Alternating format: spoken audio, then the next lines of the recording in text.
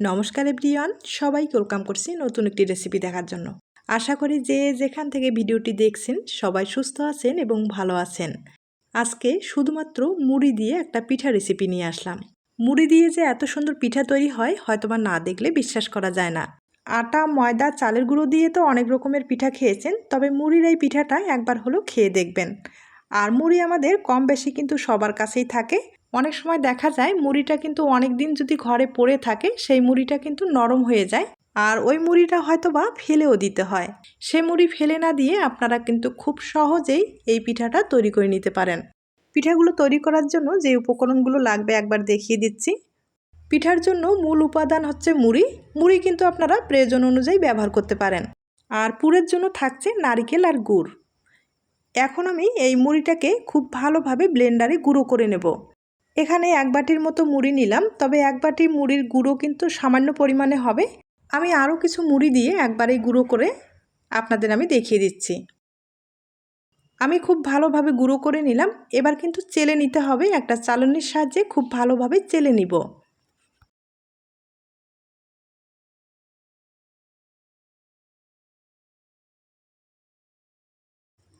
খুব ভালোভাবে চেলে নিলাম, আর অনেকখানি কিন্তু গুঁড়ো হয়েছে। এখন যেটা করতে হবে, আগে আমি পুরটা তৈরি করে নেব। কড়াইয়ে আমি নারকেলটা দিয়ে দিলাম, এরপরে এখানে গুড়টা দিয়ে দিব, আর খুব ভালোভাবে নেড়েচেড়ে একবারে শুকনো শুকনো করে এই পুরটা আমি তৈরি করে নেব। তবে আপনারা চাইলে আপনাদের পছন্দ মতো পুর ব্যবহার করতে পারেন।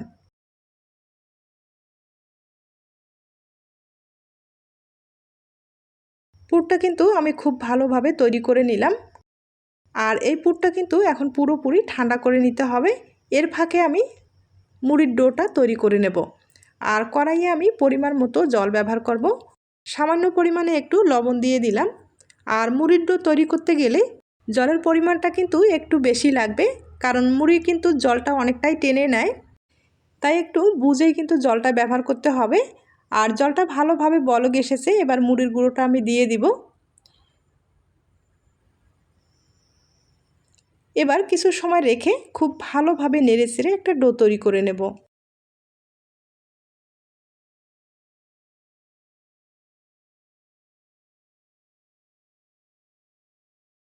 ডোটা আমি তৈরি করে নিলাম। এবার ডোটাকে খুব ভালোভাবে মথে নিতে হবে। তবে অনেকটাই কিন্তু গরম রয়েছে, হালকা একটু ঠান্ডা করার পরে হাত দিয়ে দিতে হবে, নাহলে হাত কিন্তু পুড়ে যাওয়ার সম্ভাবনাটাও বেশি থাকবে। আমি হাতে ঠান্ডা একটু জল লাগিয়ে খুব ভালোভাবে এই ডোটাকে মথে নিব। আর আমি আবারও বলছি, মুড়ির ডো যখন তৈরি করবেন অবশ্যই জলের পরিমাণটা একটু বুঝে ব্যবহার করতে হবে। আর মুড়ির গুঁড়োর এই ডোটা তৈরি করতে গেলে জলের পরিমাণটা একটু বেশি লাগবে।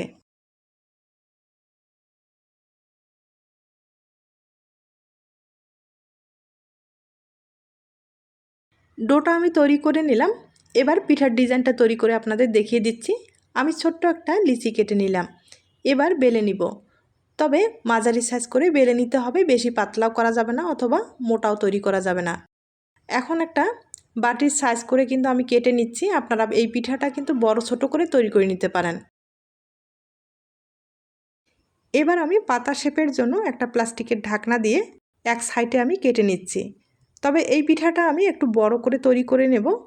আর দুইটা পিঠা তৈরি করতে গেলে একটু ছোট বড় হয়ে যাচ্ছে, তাই আবারও বেলে নিব। আর একই সাইজে আমি দুইটা পিঠা কেটে নিব। এরপরেই ডিজাইনটা তৈরি করে দেখিয়ে দিচ্ছি।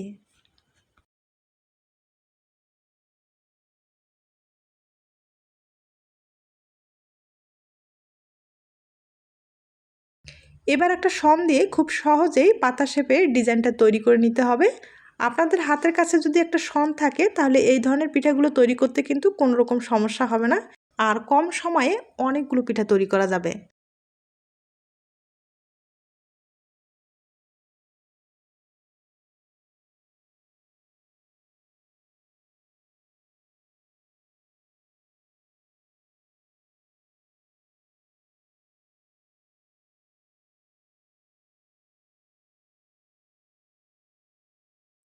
ডিজাইনটা আমি তৈরি করে নিলাম।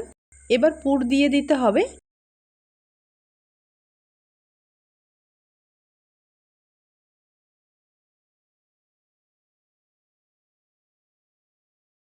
আমি পুর দিয়ে দিলাম।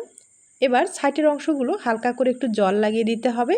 এরপরে ডিজাইনার যে পিঠাটা আছে সেটা উপরে আমি দিয়ে দিলাম, আর খুব ভালোভাবে চেপে চেপে কিন্তু বসে দিতে হবে।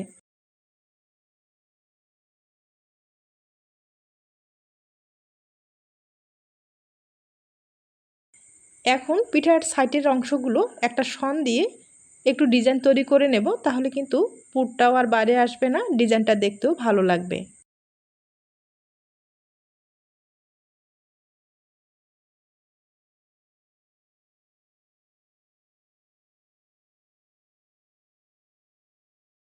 পিঠাটা আমি তৈরি করে নিলাম, দেখতেই পারছেন কত সহজে এই পিঠাটা তৈরি করা যায়। আর এই পিঠাটা আপনারা চাইলে কিন্তু চালের গুঁড়ো দিয়ে তৈরি করে নিতে পারেন। আমি সামান্য পরিমাণে দইয়ে একটু ফুড কালার ব্যবহার করলাম একটু দেখার সৌন্দর্যে, তবে আপনারা চাইলে স্কিপ করতে পারেন, কোনো সমস্যা নেই। আর এই ফুড কালারের দইয়ে একটা পিঠা তৈরি করে আপনাদের দেখিয়ে দিচ্ছি।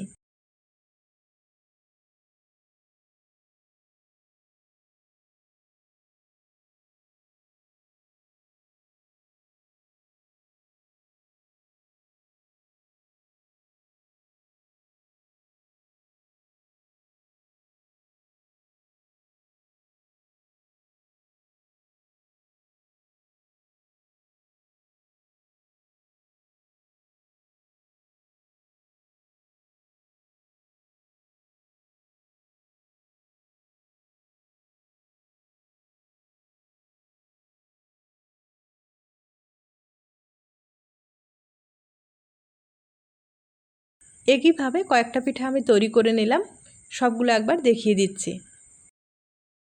দেখতে পারলেন পিঠাগুলো কতটা সুন্দর হয়েছে। এই পিঠাগুলো আপনারা চাইলে তেলে ভেজে খেতে পারেন অথবা ভাপিয়েও খেতে পারেন।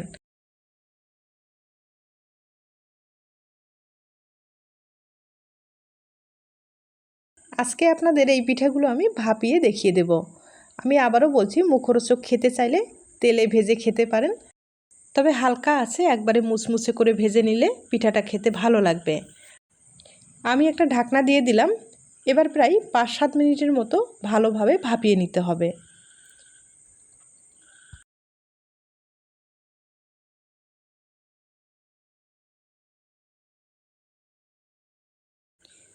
আমি হাই হিটে 5 মিনিটের মতো ভালোভাবে ভাপিয়ে নিলাম, আর পিঠাটা কিন্তু অনেকটাই নরম হয়েছে আর ভালোভাবে সিদ্ধ হয়েছে।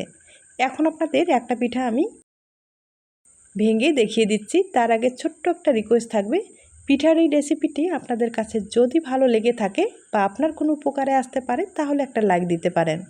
আর ভাপানোর পরে দেখতেই পারছেন কতটা সুন্দর হয়েছে, ভিতরে কিন্তু পুর দেওয়া আছে আর উপরে এতটাই হালকা এতটাই নরম, মুখে দিলেই কিন্তু মিলিয়ে যাবে। অবশ্যই বাড়িতে একবার হলেও ট্রাই করে দেখতে পারেন। তাহলে আজ এ পর্যন্ত, নতুন কোনো রেসিপির সাথে আবার দেখা হবে। সবাই ভালো থাকবেন এবং সুস্থ থাকবেন।